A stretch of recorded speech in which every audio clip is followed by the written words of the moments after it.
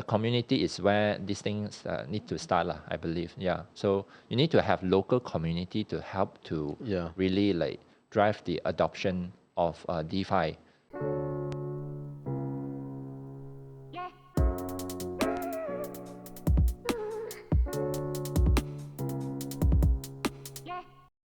Alright guys, hello everyone.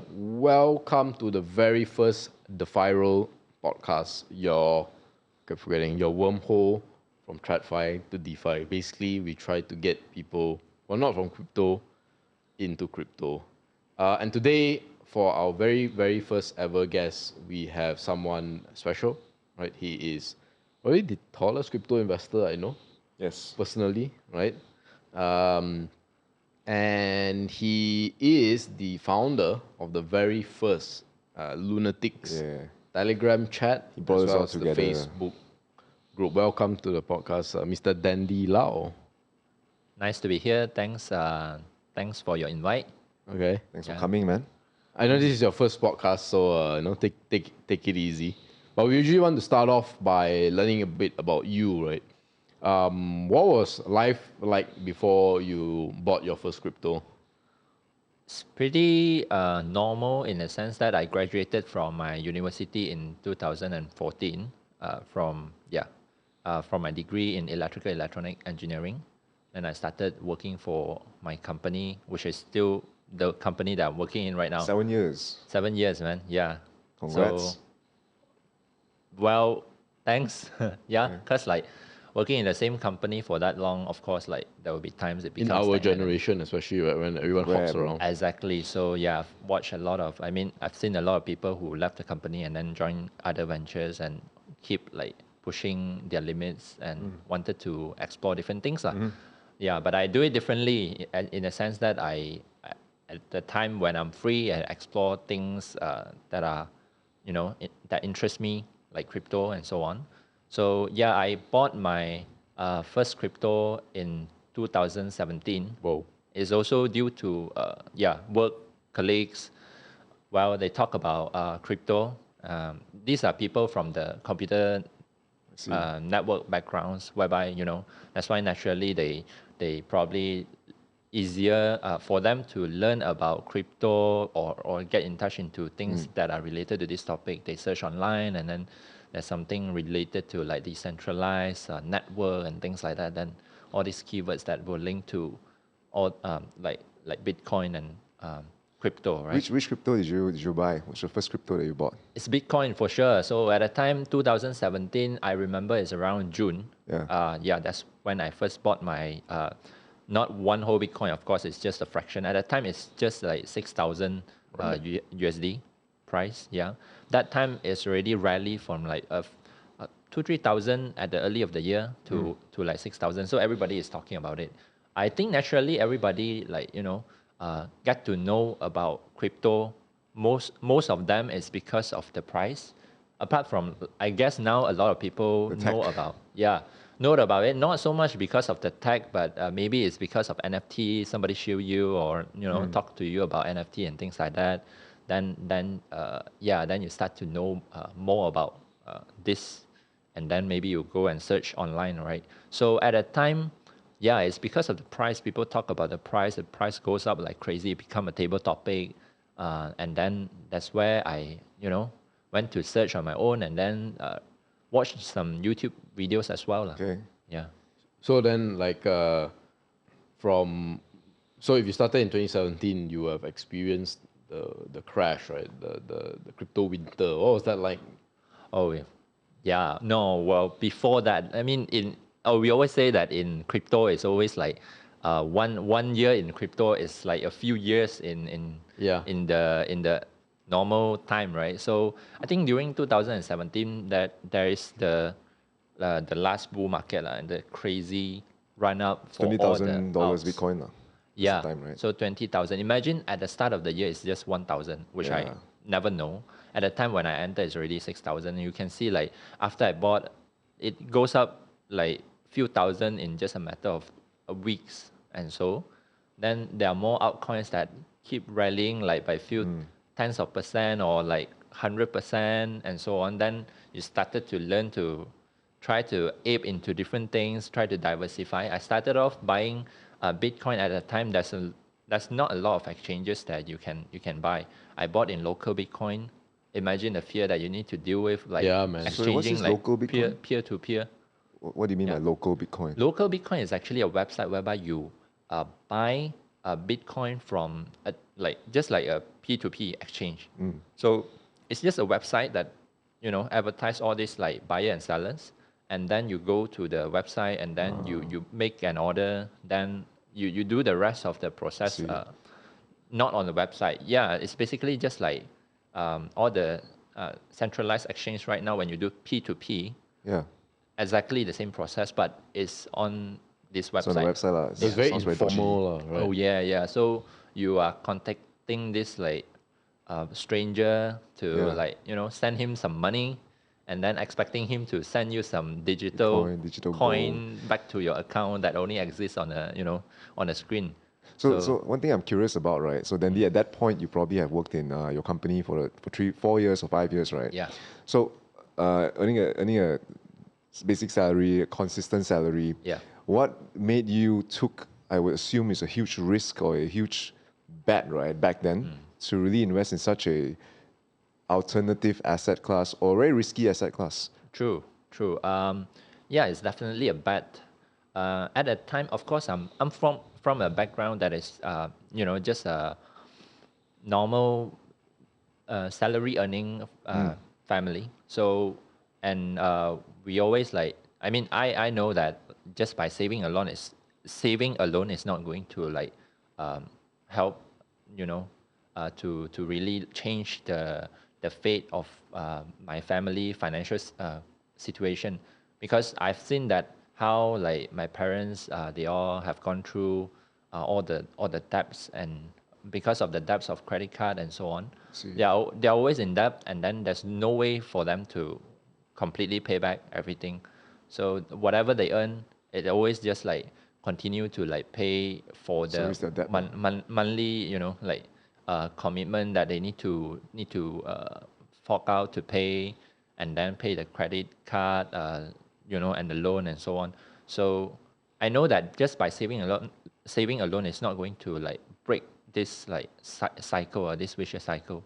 So then when it's also because of my company, they issue share, right? I mean, they give the ESOS for employees to buy, and then that's where I started to like I bought a bit of the ESOS and then learn how to liquidate it. For cash. Yeah. Were you investing in stocks already back then? A little bit, yeah, a little bit. It's only in the share of my company, and then I also started to look at other counters, and then I bought a little bit, and then that's how I learn a bit about the market, and then how like it opens at 9 to 5, and then you put the order into the order book, and then wait for it to hit, and then you sell and so on. And you have to wait for the money to come in, and so on, until after I bought a little bit of Bitcoin is a different alternative investment. So then I learned how to like put it into a different exchange and buying different outs, and then and I started to experience that, oh, this is actually the future of all these like tradings, right? It's supposed to be fast. It's supposed to be 24/7. You can buy or sell different assets. Not supposed to just like limit you to certain exchange only. You can actually hop on to different exchanges and so on. So yeah, that's where I started to like, oh, maybe I should look more into crypto trading and crypto market rather than stock. So I didn't spend much time in stock trading actually. In fact, the gains, if you look at crypto, right? Yeah. What is the share market gains? Yeah. So You yeah. went straight to the deep end of the pool, straight away from normal investing to crypto straight away, man. So what was the bear market like? What was your experience during Yeah, it? talking about the bear market. So I bought into different outs from Bitcoin, right? If I just hold on to the Bitcoin stack, probably is gonna worth a lot already, because most of the outs that I bought, those are not just like top 100 or 200 coins. Back then, there's not a lot of options. Those are like top 10, top 20, but all of them, many of them actually went down like 80, 90%. But it's over time, so it's like a fog. It's like a soft rug.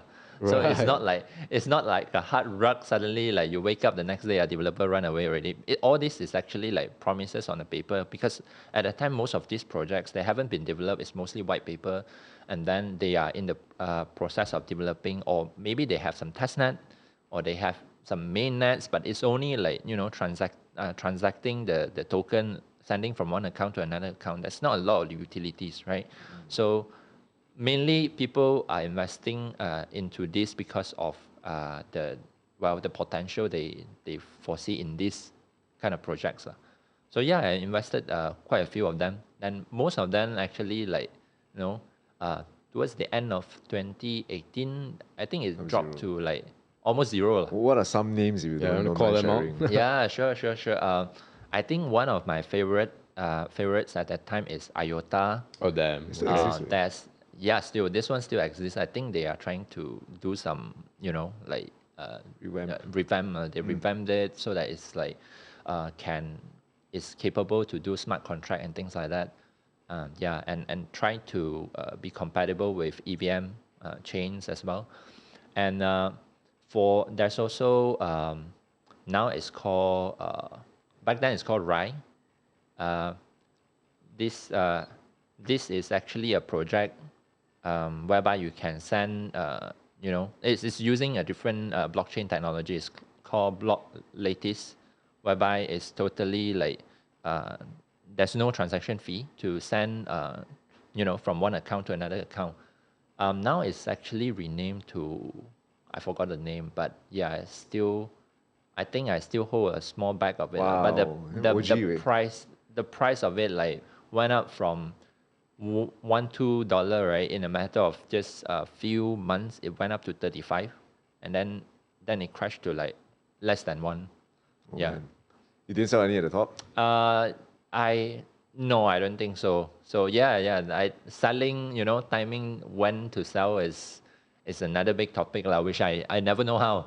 Okay. Back then it's just like, you buy this bag and then you hold, and yeah, you hope that one day it will make a lot of returns, right?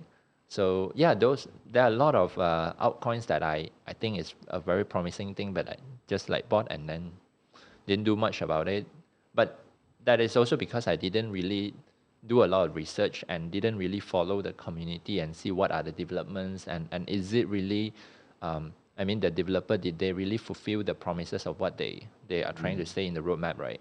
I mean, at that point of time during the crypto winter, was the majority of your holdings in Bitcoin, or like it was pretty spread out with all this? Or? Pretty spread out. Okay. Out. So you can see in fact, at that time, most of my cryptos are in Binance lah. Well, that is before Binance being banned or even being recognized, right? So you can see, they have a portfolio page that shows your how to say Holdings, total holdings, right? How much in dollar and how much in Bitcoin.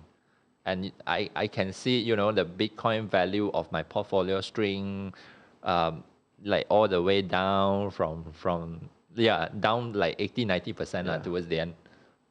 But do you start getting into like Ethereum and all that? Oh yeah, of course, because Ethereum is number 2, right? That's why, at that time there's already this talk about flippening and so on. So I bought some as well. Still haven't flipped, I but hope you haven't sold any of that since. Well, of course, I sold. I mean, not all, but of course, I sold some, and then later on, there are more utilities of Ethereum whereby you can use it to do DeFi and things like that, and buy some NFT. So of course, like you will use it to do these things, right? Yeah. So then, after learning about, like experiencing what you experienced from 2018, essentially crypto didn't move much. I think in 2019 there was a bump up, but then the big bump came in early to 2020, right? They call it DeFi summer. So, what was your experience like, or did the price dropping so much make you ignore crypto totally at that point in time? I think during especially 2018, when it dropped a lot, at first I tend to ignore the portfolio, don't look at it. Probably it's just correction. It will come back, and then slowly you start to ignore the whole thing altogether. Yeah, and then I kind of lost my interest in this thing already. That makes me like kind of actually like doubt myself as well. Probably I'm into this thing is just for the sake of making money, right? So if there's no incentive for the money, so probably I won't stay as well. Yeah, I kind of lost touch with the whole space for quite some time, but I still follow this guy in the YouTube channel. He's actually a programmer. He's called Ivan on Tech, and then he talks a lot about he talks a lot about different altcoin projects and so on, and the development of blockchain and crypto in the global scene. And he talks about this thing every day. So and he's at the age of actually younger than me, probably younger than Yeah, all us of us. all. So it's actually the passion of this guy who keeps me, Wow. like stay in touch with the crypto space, so that every time, the jam in Klang Valley is You crazy, listen on right? the drive. On the drive, I started to listen to his channel. Yeah, I actually started to listen to some serious podcast channel, and also those kind of interviews, because I wanted to pick into the brains of people, like a CEO of a company, what is in their mind, what are their consideration, how they approach things, right? Like in BFM and so on. So I started to follow some podcasts in the YouTube as well. He's the guy who I follow for crypto, see. crypto news and so on. He's not the kind of guy that just shills saying Bitcoin's going to go up to like $30,000 next week or something like that. It sounds very fundamental Well, driven. yeah. So also, well, he did that as well, of course, because like how the YouTube Yeah, algorithm. algorithm works, right? You're gonna have that. You're gonna have that. Like really, really like a crazy looking thumbnail to attract people to click on it. But then he also like talks a lot about fundamentals. He talks a lot about the macro of the blockchain development and crypto in general. So yeah, I learned a lot from him at that time, and it's really because of his passion into this thing, and then he's so pumped, right? And then talks about crypto all day, like every day he will go live at exactly the same time, not exactly like, but every morning like 8 a.m. his time in Sweden. Then he will do this I podcast, see. and then it's live for an hour long, and he just like keeps talking about crypto, and I'll listen to his podcast when I'm driving back home from after work lah. Yeah. So, what got you back deeper Yeah. into crypto? What was that moment? I think it's throughout 2018 I didn't I'm still keeping in touch with what's happening a little bit until like early of 2019. 2019 I started to invest a little bit more back to the crypto asset again. So at that time the market has already like recovered a bit. I've also like earned some money and then have some saving, and then I believe that this thing is going to stay. It's all the developments that is happening like daily, right, at the global scale. I believe this thing is going to stay for a really long time, and we are really like in this really early. So that's why I decided to, I should like buy and then hold some, and then have some skin in the game, and then learn how to there are so many opportunities and things like that in crypto. Then how to use the wallet, so how to transfer things from one from exchange to your self custody wallet and so on. So yeah, at that time it's more of like um, trying to learn it for the future lah. That's what I think. And then I started buying some Bitcoin again and Ethereum again. Do you remember what the price was like back then? Well, still very low lah. I don't remember the price exactly at 2019, but it's definitely way lower than now. Like people talk about the crash, like the 50% correction, but compared to back then is like probably 10 times the value of now, at least, right? Ethereum is what, less than 200 just last year, right? Yep. last year or the year before. Yeah, 2020, correct. Maybe $300 we're talking about, right? And then now it's there's still 2,500 despite the market crash. Yeah. Zoom out, man. Zoom out. Zoom out. Yeah, but Important to hear from you. true. But the zoom out, I guess, is only relevant to people who Bought then. bought then and then they hold on. So obviously, for people who started like early of last year or middle of last year, it's definitely a pain for them because they haven't experienced this before. So they never know like crypto is that volatile. They started off at the middle of the bull cycle, so they never know like how bad is the Yeah. crash and so on, right? So yeah. So then, what? So from 2019, 2020, it was just mainly Bitcoin, Ethereum. Yeah, because at that time, no, that I also bought some altcoins, but it's not a lot of, it's not a big conviction into those bags. It's mostly just like speculation on the price and so on. So the big one for me is always Bitcoin at that time. Yeah, so I bought and then I keep it as my saving lah, because I believe that has genuine stock value because I believe in the store of value Right. thesis of Bitcoin at the time. That's why I continue to like buy to hold for the sake of storing the value. So when you were buying all this at that point in time, were you just storing it on like Binance, or you were already participating in the web wallets? Yeah, I did create my own wallet with those self-custody wallet software. And there's also hardware wallet that I've tried. And I try to transfer money into the hardware wallet as well.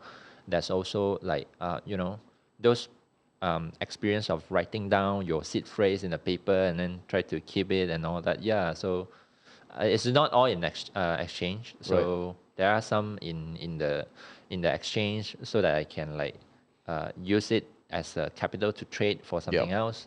There's also a lot in the cold wallet.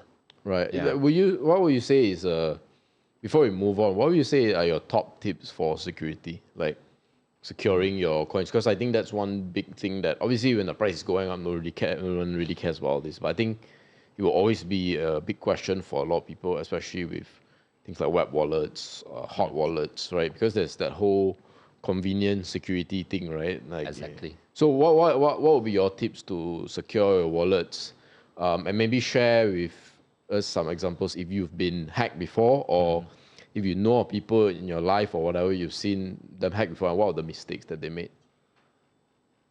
Well, on the security of the holding, right? Definitely, if you have a stack of crypto that is actually like the value of it means a lot to you, then you should really consider getting a hardware wallet for sure. So right, and when I say the value that means a lot to you, of course you need to compare with the value of the hardware wallet. The hardware wallet, some are cheap, some are not so cheap. Probably gonna cost you a few hundreds to have one, a good one. And if it's 10 times the price of the hardware wallet, it's a no-brainer, right? You get a hardware wallet to secure a few thousand or like few tens of thousands of your holding. Because I told my friends as well, like most of them, those who started new, they started using the centralized exchange for sure, right? They use Luno, they use like some other exchanges so that they can onboard themselves and then started buying different crypto. And they always keep their money in the exchange. While to them it's easy for them to trade and all that, right? Until like they have a bigger stack and then they started to, worry about, one day security, things like that. When the exchange is down or hacked or whatever, then they couldn't access it. So then he or she needs to start to think about the security. Yeah, that's when you need to think about having your own hardware wallet. But of course, they need to understand as well. So I explain to them as like, having your crypto in those centralized exchange is like having your money in a bank, right? The bank will help you to take care of everything. But if the bank is not accessible, when the bank is down and so on, like just like the banks now, they just work from 9 to 5, not on holidays and so on. So you couldn't access your money at a time. when you need. So it could be a problem, but not always, right? They will take care of the security, take care of everything. But when you start to transfer your money to your own self-custody wallet, like hardware wallet, then you need to take care of the security yourself. It's just like taking the money out from the bank and put it into your own wallet, right? Put it into your own wallet or you put it into a safe. So you need to take care of the security, like will you lose it? Is the safe located at a secure place? Do you remember the password, the seed phrase, and so on, right? Yeah. So those things becomes important. So, and I told them that especially for seed phrase, you need to think of it as, okay, at this time it's tedious when you create the wallet. You know, need to memorize this like 24 words, need to write it down. Yes. Why I need to do that, right? Like for all the newbies, when you wanted to convince them to start using self-custody wallet, that's always the how to say frustration part for them. Yeah, everything is thumbprint now, eyeball, you know, like Yeah. face recognition. Why can't I make it simpler, right? So they have to write this thing down and then they ask me whether I can store it in my email or store it in a Google Drive. oh boy.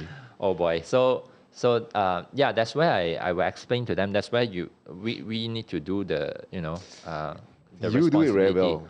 Yeah. But then yeah, you need to make them understand.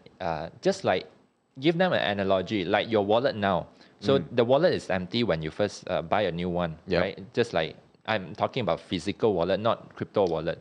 You don't have money in it. There's nothing if you lose the new wallet.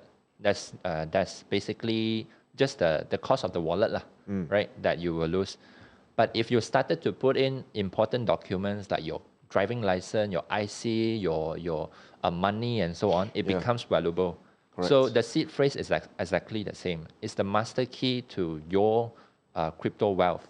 So when there's nothing in there, it doesn't matter the 24 words, you can just lose it. And yeah, it won't cost you anything. But when you started to put money into Significant the amount. significant amount into it, so the amount, the value of the 24 words, grow exponentially. So you need to take good care of this seed phrase. So But that's to your point, right, I want to say it is important because we are, MJ, you and I, we are kind of Web3 natives. We know how important it is to store the seed phrases, the mnemonics, and the passwords. I do feel like the new breed or new wave of crypto investors these days, they come into crypto with an expectation of making fast money. And when that is your mindset or your approach, right, I think a lot of them think of it very short term and they don't really prioritize like what you do so well, right? Taking care of your assets, buying a ledger, storing your 24-digit, 24 alphabet password as well. I do think that is important reminder for me to hear of. Yeah, man. So thanks for sharing your tips. Now let's get back into the investing, right? So obviously I have to ask you, how do you stumble upon Luna? right. So yeah, that one is a very important question, right? Because I didn't started back in 2020 like those like really OGs who discovered Luna 80 cents, those at stuff. like 80 cents. Yeah, 60 cents, 80 cents. That's when actually I've seen it in Ivan on Tech channel as well. He showed about it. Yeah. And then there are quite a few people who are quite active in the Bitcoin Malaysia group, the Facebook group that I follow a lot of news from the Bitcoin Malaysia group as well because there's one guy called Eka Nakamoto. I don't know if you He's in the group, have seen. Yeah. He's in the Lunatics Malaysia group. Yeah, he is. So he's the guy who inspired me as well, because like he's the man who read a lot of crypto news and all that. He always share things into the Bitcoin Malaysia group and he also started his own page called To the Moon last year. I think not last year, maybe 2020 . So he will always share all the news, plus sometimes he will mention a bit about his own portfolio as well, what he's looking at, and then you post the price. He will say like he's bullish on this. Luna is one of them. So then there's few other people who talk about it, which I at that time still I know it exists. Luna is the Dota hero. And then, what a catchy name. Luna Then try to Carry, bro. yeah, man. Use the that name, as a butterfly, crypto satanic. project, well, interesting. Then I never really look into it until like there's one guy. He did a video doing the mirror protocol.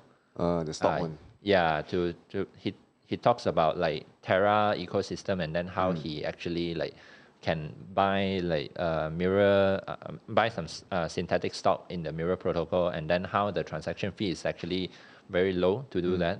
So it's almost insignificant compared to Ethereum, and also like Bitcoin at that times. It's arguably the fee is actually quite expensive lah to do a transaction. So and I think it is because of Ethereum high gas fee that hinders a lot of users to try things out. Also, yeah, including myself. Even though I heard about all this like DeFi and things like that, but the fee is so high, you probably won't like invest in a lot of money and keep trying out different DeFi protocols unless you really follow closely and invested in a lot of these projects, and then you know when to take profit and sell, and then keep like rolling your capital into different projects lah. So that's why a lot of people lose out in the opportunity of DeFi summer, because they never Expensive. really like, it's expensive to experiment, to try to do things in DeFi. Yeah. So until I saw that in Terra ecosystem, in Mirror Protocol, it doesn't cost a lot for transaction fee, right? Why not I use this to try things out? So yeah, that's when I follow his video. So I bought some, and then I transfer it out, set up Terra station, and then I try out different things lah. At that time, there's no anchor yet. There's no like, This was damn early last year then. it's like 2021 February or March. Yeah. No angle. Yeah. Yeah. We say like it's a very long time ago, but it's not even a Yeah, year actually ago. it's I not think. even- Yeah, But man. in crypto Crazy. terms, it's a very long time Yeah, ago. but How at much that has time, changed? yeah, and at that time, the price of Luna has already I think like went up 17, like 20, crazy. something like that, No, right? at that time it's still 5 or 6, 5, but 6, it right. went up like from 6, less than well, I think it's 6 cent the year before, right? 6 or 8 cents. cents, and then it went up to like to $6. like $6. It's crazy. It's like 100 times. 100x, man. Yeah. Yeah, so a lot of people are like, wow, this thing is already 100x, right? So people, a lot of people are watching, but not a lot of people took action to buy because they believe it's like, oh, it went up a lot, probably it will correct and so on. You see. Yeah. Then I started off buying some Luna. So this then- February, right? Yeah. The price went up like crazy from 6 to 22 20, like that, yeah. and yeah, that's the time when the price started to crash. move. I shared it to some of my friends as well, who started to like invest into crypto, and then I shared it to quite a few people, and then yeah, the price went up. They profited a lot from that as well lah. But most of them, they are just keeping the Luna in the centralized exchange, not doing much. So it's basically just price speculation for them. Then I continue to follow the space. I continue to follow things that are being like developed and so on in the Twitter and so on, because that's where most of the people got the alpha, right? So I think like since everybody is shilling about talking about in Twitter, you can have a lot of latest information. So that's where I started like become more active in Twitter as well. So at that point in time, you were mostly Bitcoin and Ethereum. Like, how confident were you in Luna? Like, maybe you can give us a sense of how much did you, or unless you injected new capital, but assuming you didn't, how much of the Bitcoin and Ethereum did you trim, to put in percentage terms? It's all over time. So it started off with like probably 10%. Yep. And I watched it like grow a lot, right? Like 2-3 times the Yeah, price that's from right. what I bought, which is about $6. It went up to like 20 something after Anchor launch. So then I started to have more conviction. I put in more money, but then And the crash. the May the Major May FUD. crash. So and the FUD and everything, but I just hold on to it. Yeah, and I started buying more again when it's like 20 something and $20 something, and I bought a lot when the price is at 30-ish. This was a few months ago. 30 yeah, something. Before Columbus just 5. before Columbus 5. August. Yeah, I think there's a time when the price kind of went sideways for Yes. quite a long Long time. time. Correct, correct. Well, a long time is a few months. Yeah, 1 maybe month 2-3 months. Wow, yeah, Yeah. true, that's true. So at the time in Twitter, I became more active, and then I think this thing is gonna. The more I study about Terra ecosystem, right, it's so simple. It's so the whole thing makes sense. How they actually generate revenues from the fees of the transaction, and then they give it back to the validators, which also gives back to the people who delegate their Delegators. Luna. So the whole economics of Terra makes real sense to me, and that's where I think, right, this is the only one that I can really understand and explain it to a normies, and that's and seeing how like Terra actually has chai that is actually used by millions of people Korea. in Korea, which is in real life. A lot of people are talking about crypto. It's just like money that exists it's like magic internet money that Yeah. exists in internet only, used for this virtual economies and things like that.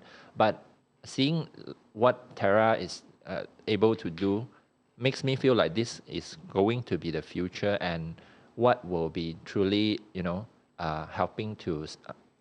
helping the masses to adopt crypto. So I know you have a very interesting way of explaining Luna, and you said that this is one of the easiest protocols to explain to a normie, right? Which is just someone who essentially is not really into the crypto space. Yep. How would you describe that? Yeah, so I'll talk about two analogies that I've made which I think can be understood by a lot of people. So let's talk about Luna. So let's talk about the value proposition of Luna, right? So Luna, compared it to the raw materials that we use in our daily life, say metal. Luna is similar to a raw material in the digital digital finance world. So how I explain to people is that how metal is being used to build so many things in Yep. real life, right? It's being made into this mic stand, it's being made into chairs, table, and then it can be used to construct buildings and vehicles and so on. And when there are a lot of demands for something, well, the metal will be used to create these things, right? There's a lot of demand for chairs, so you can use it to create a lot of chairs. And when those the demand of those things are not required anymore, you can actually like melt it and recycle it back to metal, the metal again, to use it for something else. So that's how I explain Luna and UST, the Terra stablecoin, and also other Terra stablecoin as well, of course. So Luna is like the raw material whereby you can use it to create Terra stablecoin. So there's demand of UST right now because people wanted stablecoin, crypto that is pegged its value to USD, so that they have the liquidity, they can use it to spend, to send it to someone else, and so on, right? To do so many things in crypto and also in other things. So there's a lot of Luna being like burned or like being turned into this UST. So the supply of Luna will definitely then go down, and then of course when the supply goes down, it's a finite supply of resources. So the price of Luna will eventually go up, right? And this relationship of Luna and Terra stablecoin can be understood by anyone. So just like metal and how it's being used to build things. When Pretty good analogy. I'd Yeah, say. it is. I know you wrote a Twitter thread, use the example of vibranium, right? Which is the Wakanda, right? Black Panther. Yeah, and there's a very unique properties of Luna as well. The more that you split it out to create different products, right? Different Terra stablecoin or different things, because it's all just like a synthetic asset that packs its value to something else. So all the raw material is coming from Luna. So, but the special properties of this material is that the more you split it out, the more powerful it becomes. The higher the price of Luna, the price of Luna will go up even further. Just like, well, there's no such material exists except for in the fiction world, in the vibranium. in Wakanda, right? There is a properties that the more you use it to develop into something for the city, that material become even stronger. Yeah. Wow. So that's how I think of Luna. I'll go back and rewatch Black Panther. Yeah. Understand that So, analogy better. You know, I think some people have likened it to like Lego blocks as well, right? Like Luna, right? Luna is the ultimate base layer Lego block for a lot of other. Some people call it layer 2, layer 3, depends on how people want to define it. But protocols essentially on top of Luna, right? And protocols are essentially the lifeblood of any chain such as Luna, because if there's no protocol, nobody's doing anything on the chain. It's just a chain, right? It's like Bitcoin essentially, right? What are the protocols that you really like in Luna right now, and what are the things maybe you're looking forward as well for in terms of protocols on the Terra ecosystem? Personally, well, just one step back to what you mentioned about protocols, right? That's where I wanted to also quote our Giga Chat in Lunatics, right? Which is shout out to Gabe. Yeah, Whoa. I mean, Gabe also mentioned it in one of the pin posts. I remember. Yeah, of course, it's quoting Do Kwan that says about all these different protocols are actually a means to an end, right? The whole idea is to make UST become more widely adopted, become the money that is easier to spend, and then more attractive to hold and invest, right? So all these different protocols, they are being developed with different tokenomics and then different usage and so on. But it all, I think it needs to really helps with the adoption of Terra stablecoin for it to become successful. It needs to strengthen this whole thesis in order for it to become very successful. That's why personally, I really like some projects like personally I like White Whale, and I like Kujira as well, and also Mars Protocol. These are all the protocols that are trying to bridge the DeFi world and the real world as well, trying to have bigger, make people have they don't need to know really all the technical things about DeFi, but they can be benefited from it by you becoming a user and use these things. Yeah.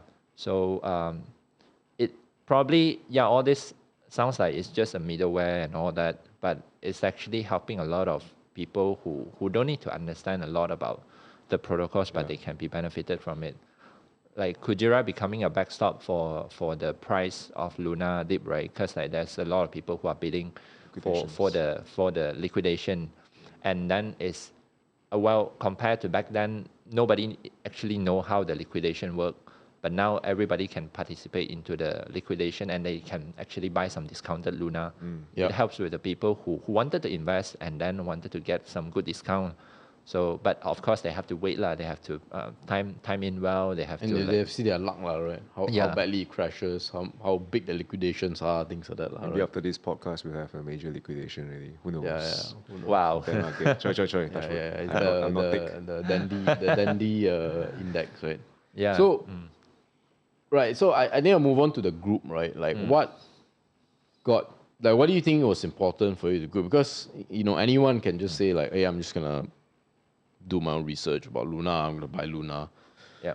Just do my own thing, right? But why take the extra step of not just, I believe the Facebook group came first, right? Correct. Then the Telegram group, right? Exactly. So I I got inspired by this guy, Nakamoto, yeah. Nakamoto, and also wanted to shout out to TKC. He's the guy who did the video for Mirror Protocol. So yeah, at that time, they are the one who pilled me with this Luna, Luna thing. And then I started to become more active in Twitter at first. But I still think that, in order for us to like do something, we need to have more people. I mean, me alone, yeah, I have a small brain. I myself like couldn't make any change. And one more thing is that I felt that all these DeFi protocols and also this DeFi thing, because it's decentralized, so nobody is going to go to your country and then go to your community and then start talking about this thing to you, because it's decentralized, right? So you gotta need to have community to actually push for the adoption in your own place. So if you wanted to create some impact, you wanted to help the people around you with this DeFi thingy, so you have to start educating people around you. You have to like walk them through how to use these things, right? And then in order to do that, you have to gather more like-minded people who know about this thing and then do this together with you. So a community is where these things need to start, I believe. Yeah. So you need to have local community to help to really like drive the adoption of DeFi. So there won't be one leader from a country and then tell you to like you start using this thing, right? So that's how I decided to start the group lah. But at that time, I thought starting with Facebook is easier to reach out to people who are who are more like people these days they scroll through Facebook a lot, social media and all that. I thought let's connect people from the Facebook first, and then I'll start to like pick up from there. But the traction is not there for the reason like most of the people who are in the Facebook, maybe they are not really the like power user of crypto and DeFi, right? So most of them they are still trying to learn. I started off telling the admin in Bitcoin Malaysia that can I I created this group. Can I fork the group? No, not really. Yeah. I mean, I wanted to gather I wanted to create Lunatics Malaysia, right? Lunatics is always like elsewhere in different countries, but seeing Terra, having so many Terra stable coins in different nations, I wanted to have like MYT as well, like Ringgit version of Terra stablecoin, so that people can in Malaysia can actually tap into DeFi. Like maybe they don't need to know all the technicalities, but then they still can be benefited from it. So that's one of the reason why I wanted to start the group. And at that time I thought I start with Facebook, so I told like this guy, right? So I say like I created this group. Can I share about this group to people in Bitcoin Malaysia? And he said for the education purpose, yes, of course, yeah. So some people joined, but most of them they are still like quite new to this thing, so they didn't know much. So until I guess somebody Mike, which is he got many names, man. This guy. Karen. Kayatos, whatever his name but we is. expose him really now. If you want his Instagram, PM me. Okay.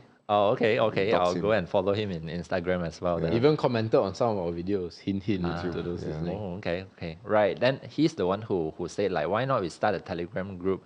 I procrastinated but then he started the Telegram group, and then I started joining, and then I started to share it in the Facebook group as well. And then I started to like also in my Twitter bio update like talks about Lunatics Malaysia, and I try to connect to as many Malaysians as possible. Then I found out that there are actually quite many Malaysians who are into this thing as well. So like Telegram is where they all find alphas and all that. Is more approachable and easier for them to join a Telegram group, and we start to communicate in the group . Yeah. Wow. Yeah. What is your most memorable moment? I think the Telegram group is only 4 months old only, right? I think as of this recording. It started from September last year, I guess. Columbus 5 around that. Yeah, around that time. What was the most memorable moment so far for you? A lot of things has happened A actually. lot, man, a lot. Because like that group has turned into a really, It's a living thing of its It's a own. village anyway. really now, you know. It's Yeah, like a small yeah. little village. Yeah. So there are people who always remind us of when, you know, those launches and those like projects, important timeline. Yeah. Yeah, like Fu, he will always say like, oh, the launch of this is tomorrow, right? The whitelist of this gonna be when and when. So, and there's also a lot of people who like they keep checking the price, Yeah, you know, yeah, talk yeah. about the price, Keeps talk wanting the about, price to drop. oh yes. Yes. So Let me see you, bro, in the streets, man.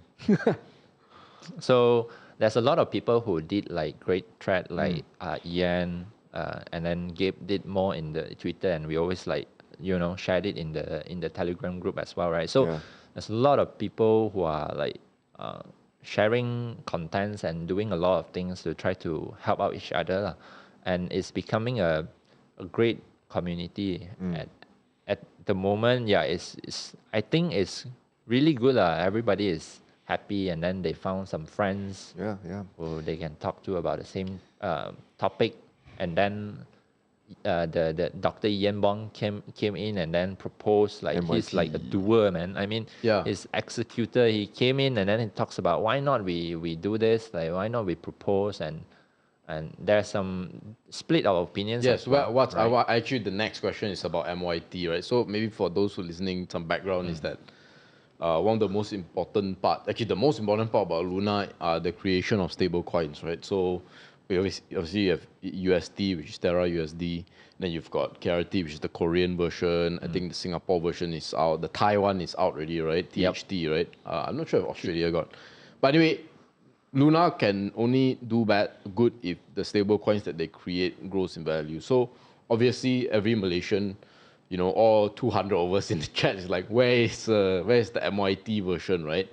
And it was proposed, it was initiated by Dr. Ian, and proposed that to the wider Luna community, Terra community, that we should have a MYT, and it passed, right? The resolution.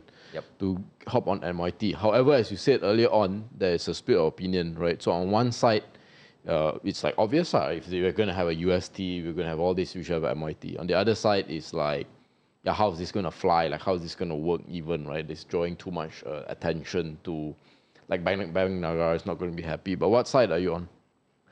Well, for me, I'm on the side that if it passed, it means that there are people who are supporting this, right? So, at a time when Dr. Ian is proposing this thing, I have my internal battle as well, because like there are people in the groups who thinks that we shouldn't do this. Yeah. It's too early, so there's no utility anyway. That's probably gonna attract like unnecessary attention to these things. I know that there are people like SC and Bank Negara Malaysia who are like on close watch on the development of Yeah, all these probably things, right? they're probably in the Telegram Yeah, group. who as well. knows? Like Maybe it's us, they're you just spies. don't know. Huh? So, yeah, all those things are definitely in my mind as well, in the back of my mind when I thought about whether I should, you know, support this thing and then push for this thing to happen. But I also finally I came to the conclusion that I think yes, after passing this proposal, and if MYT are being added to the Terra ecosystem, probably nothing's gonna happen for a period of time. It's not, no one will actually use it. Probably some fella in the group will go and swap their UST and Luna Bro, to we had MYT. chicken rice just now. You guys are going to pay me through Terra. You guys can pay me Yeah. through MIT. lah. Yeah. Yeah. So until some real use cases like Chai, like, you know, somebody start a business and then start accepting MYT and don't mind doing all the on off ramp, tedious on off ramp to get back the ringgit when they want, it's probably going to be just nothing. But what I think is important is that when we propose this thing, right, it attracts people to start discussing about this thing. Yeah. Yeah, why can't we have this? Like, why is always USD? Why is always, I mean, all the stable coin are in USD. Why can't we have our own, you know, like stable coin? Why people actually, you know, like what are the usage of Terra stablecoin actually? So what things we can build in order to make it useful? So those things will come into the real discussion, and people actually started talking about it, right? Yeah. Like what kind of projects that we should build, like what the collaboration we are trying to do with crypto beliefs, and then like should we ask them to like accept MYT, so those kind of things. That discussion is actually very important to me. Yeah. And I believe it's very important for the wider community as well as for the regulators. If you are on the regulator side, right, I don't believe that they understand everything about DeFi and so on. Like even us who are always like in this space and then keep on like consuming the content and reading and then trying out different things, trying to be a degen and then trade things, right? We don't understand everything as well. So the regulators are probably trying to understand how these things can be really like be able to help the people in Malaysia as well. So probably Yeah. they are learning as well. So I think this is the kind of opportunities that we can, grab on to help to start the discussion, Yeah. dialogues. I think that's with- good. Collaboration rather than Yeah. competition. Exactly. Okay. So yeah, sorry. Yeah, that go is on. the most valuable things of proposing MYT and get it passed. That's True true. leader, man, this guy. Yeah. No man, those are like what I think at least like the impact for now. In the future, of course, I believe there will be use cases, there will be people who are really like gung ho and then build something like a Chai version of e-wallet in Malaysia that Yeah. got a lot of traction, right? I think we need. Maybe we can be the ones who spearhead something like that, man. Looking at how this MYT has reached such successful adoption. Yeah, I think we need to get Anchor ask them, "Hey, can you put like a MYT vault, right? 35%, EPF APY. EPF would ape straight away. Yeah, APA, yeah, that would be so cool, right? Yeah, instant the TVL, up only. But no, yeah, I think moving beyond Luna, because I mean, looking at your journey, right? I mean, the short span of 4 years, you're not someone who necessarily just want to be in one chain, perhaps, right? Unless you can correct me if I'm wrong. But what are you looking like outside of Luna nowadays? Yeah. Of course, not one chain, but I have actually decided at a time like last year to not like settle down with one, but I try to go deep in Terra, because I know that eventually a lot of innovations, right, it's gonna happen in different ecosystems, just like what's happening in all the L2s of all this Ethereum. like Ethereum, right?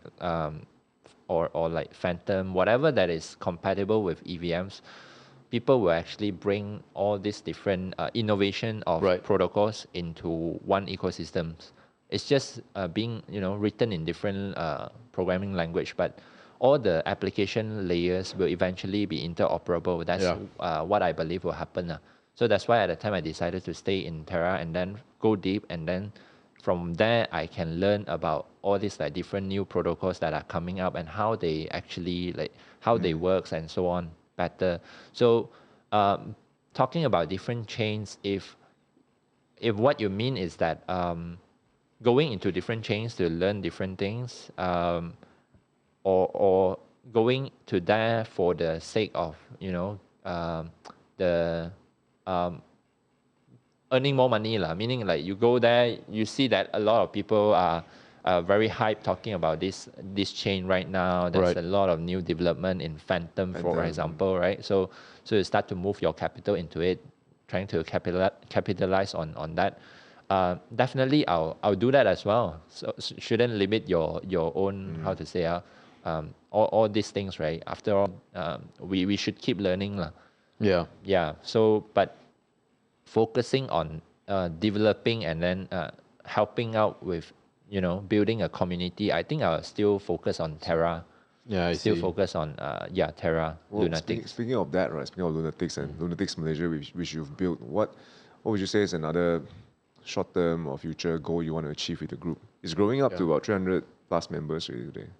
Yeah, it's already 300 right now, right? Although I don't know how many is actually they are SEC. actually bots or Spies. like second account, like use their cat photo or what to join the group. Yeah. But the vision and kind of like inspiration for what. Yeah, what do you want to do what's in the short next? term? Well, at least, you know, short term in crypto, mid term in crypto is like 2 weeks, lah. So maybe long term, 3 months or 6 months or a year. Lah. Now the group has became like a general chat group, and then people just share information and so on, lah. So I think in the future we can have different subgroups. It's like different committees doing different things. There are people who are interested in like community building. There are people who are interested to build a project together with a few like-minded people, and there are people who wanted to just talk about price prediction and maybe do TAs and so on. So maybe we can learn from other groups or even Discord, right, whereby you can have different channels that talks about different things, so that it's more focused on certain things. Because when the group become too big, yeah, then it's a lot of things are noise, and it's hard to really focus on certain things. And it's also going to be difficult for new people who join in, right, to have the kind of how to say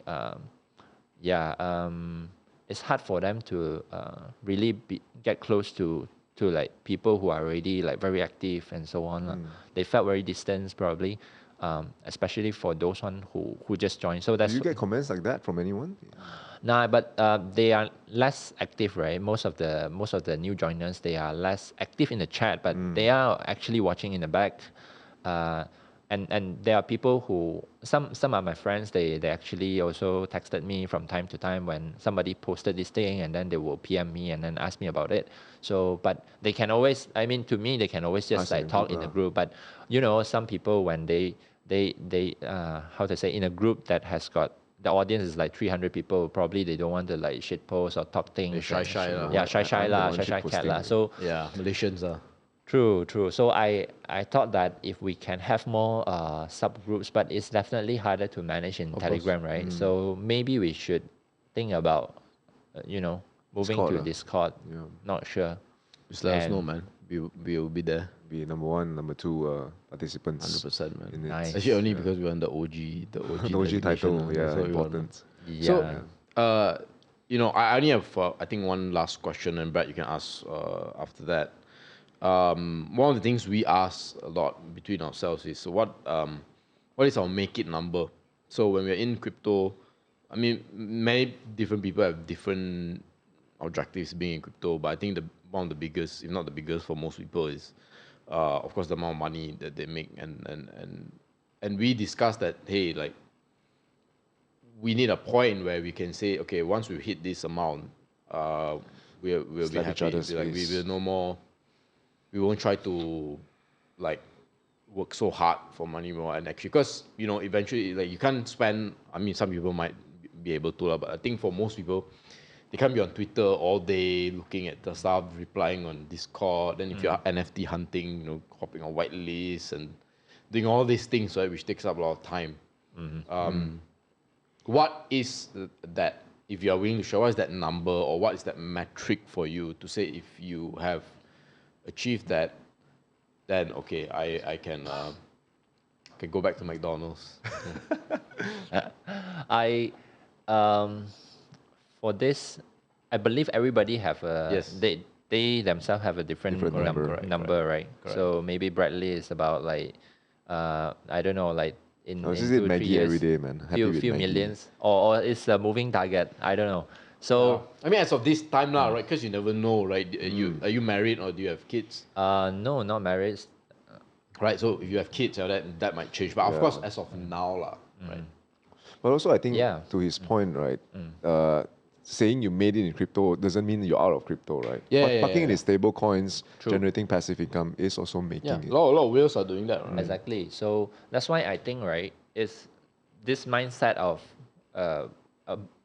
how to say, an amount that you will like after you make it, Yeah. and then like you're probably not going to work harder, or like not as, how to say, you won't probably like go all out 24/7, stay like alert on all these things, right?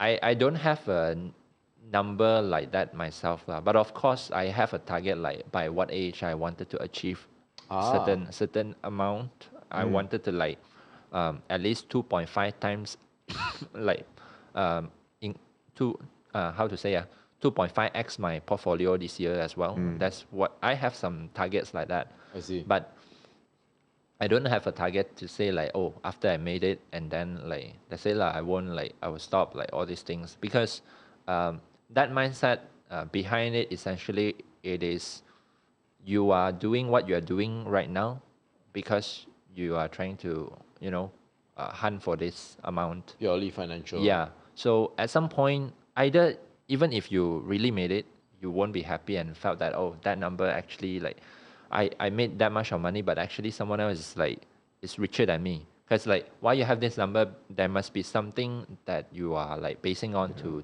like come up with the value, right? Maybe it's something more tangible, like a car, like a house, or someone's net worth. So that's why you think that I wanted to make that much so that I can be like him. But when you reach that point, right? I'm sure that Then you find someone else. Someone else's JPEG is more than my net damn, worth. that guy is even richer. Shit, man, I needs to be like I needs to increase my number. Never So, ending. yeah. So the I remember Danny, the founder of Frog Nation.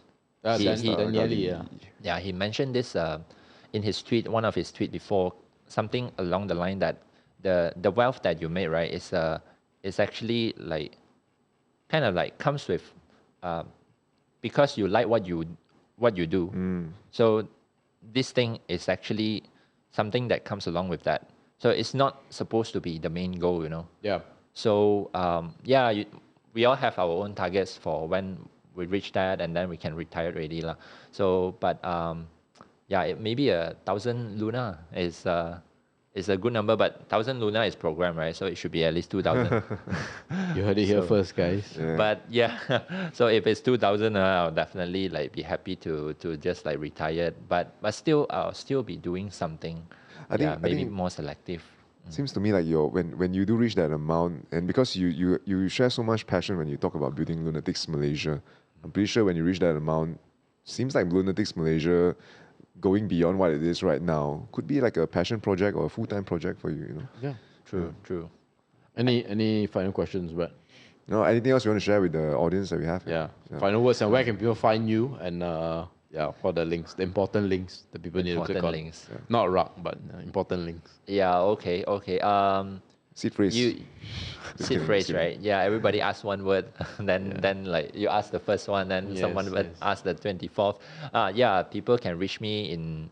I think people these days can reach me in Twitter. If you are like someone who never connects with us in Telegram or Facebook or WhatsApp, so you can reach me through Twitter, and my Twitter is Dandy Lau 17. Yeah, so you can reach me there, because like that's where I spend most of my time in. So yeah, I check the DM quite frequently as well. So yeah, the rest of the people can always approach me from any other socials. It's just that, like, you know, if you're not in the friend list, so sometimes I miss out the PM or DM in Facebook or in Telegram, because there are so many messages, right? Yeah. Okay. Can we access Lunatics Malaysia through your Twitter? I'm sure the link is there as well. Yeah, I should put it there. We'll put in the like, comments. I think I didn't. Comments later. We'll put in the comments, for sure, or the and the description as well. Sure. Reason why I didn't put is just that because like at first I thought Lunatics Malaysia should be like really for people from Malaysia, right? At some point, I think. Makes sense.